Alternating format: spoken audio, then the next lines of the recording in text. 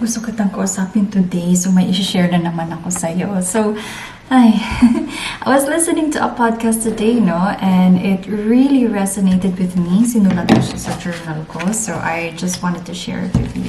Hanapin natin.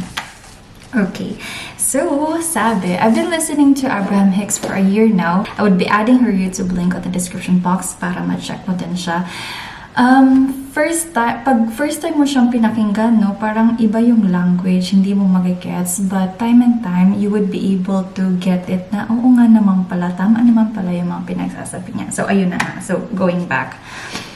I want you to believe that what you desires you to. Taray. Alam mo yung quotes ni Paulo Coelho, sinerch ko din, girl. It's one of my favorite quotes. Diba sabi niya, when you want something, all the universe conspires to help you achieve it. Ang sarap naman mangarap. Ang sarap naman hindi mag-worry. So, kumbaga, on her podcast, she shared na when we're having a problem, no, parang it sends a signal to the universe on what we truly desire. The universe, you may translate it to Papa God, to higher knowledge, to higher power. Kung anong gusto mong i-believe, girl, ganun, higher. So, for example, when you're having a problem, halimbawa, ang problema mo is getting out of a toxic relationship. Maybe you're having problem financially, money, ganyan. Or maybe your problem is losing weight.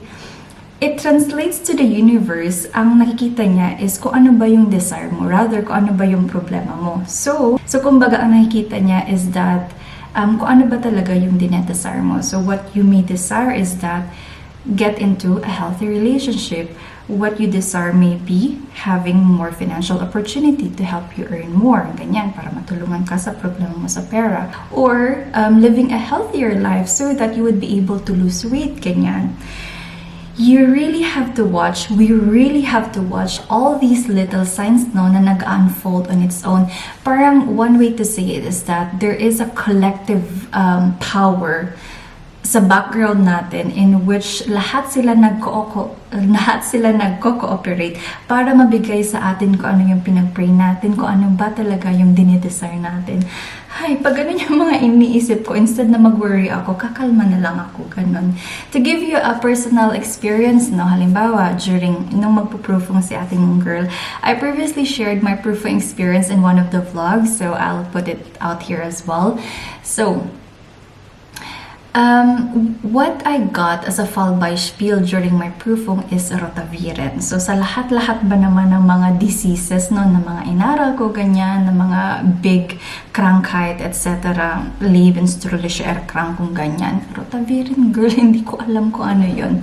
Pero, since nag-aaral na si ate girl, nagpe-pray si ate girl na sana po makapasa ako sa proofing, sana po maging honor-kanta ko, ma-recognize ako as a nurse, since this is one of the big exam that you have to prepare for pag andito na kayo sa Deutschland. A week or 2 weeks before na exam, no, I just overpassed some of my colleagues talking. Randomly lang, nandun lang sila sa floor, ganun. So, kung pinag-usapan nila. So, they're talking about, dito daw sa Deutschland, pag malnourished yung children, no, although very seldom naman nangyayari. I don't know kung bakit yun yung topic nila. Diba sa atin sa Pilipinas, alam mo yung diba yung pinakulo ang bigas, yung tubig nun, nilalagyan natin ng asukal, tapos binibigay natin sa bata. Na-try ko yun, masarap. So dito, ang ginagawa naman daw nila, instead of rice, hafer naman, oats naman. So similar, yung tubig, linalagyan nila ng asukal, tapos binibigay sa malnourished na bata. So sabi ko lang, interesting. Wala ako ng reaction at all. And then, a few days, 3 days before na exam ko, no, ito naman si Alexi. I previously shared na, di ba, nakatira ako sa Vegas. So, Anne, yung mama ni Alexi.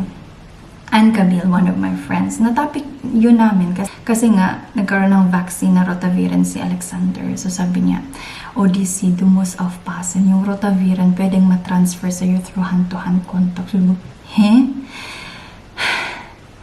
I have never imagined na nung proofing ko, alam mo girl kung ano yung nabunot ko? Rotaviren. Sa lahat-lahat ba naman?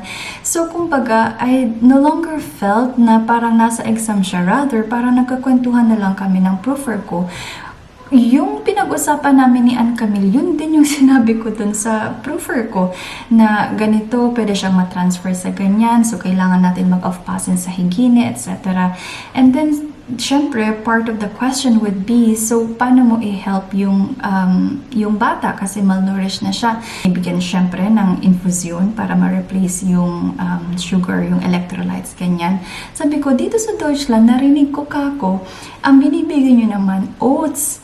Yung pinakulo ang oats, ganyan, yung tubig lalagyan ng asukal para ma-replace yung electrolytes. Sabi ko sa amin sa Pilipinas, ano din, yung tawag, kako, yung pinakulo ang bigas din, yung tubig no, linalagyan din namin ng asukal para sa malnourished na bata.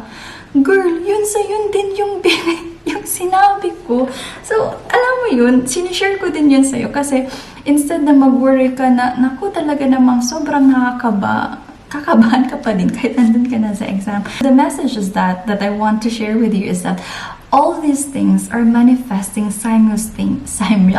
all these things are manifesting simultaneously without even knowing about it. But the key is not to resist life, but rather maging active ka, maging marites ka sa own life mo, maging observer ka on how these little signs come into play na lahat nagko-cooperate para mabigay sa iyo kung ano yung pinag-pray mo, para mabigay sa iyo kung ano ba talaga yung desire mo, yung ano ba talaga yung gusto mong ma-achieve.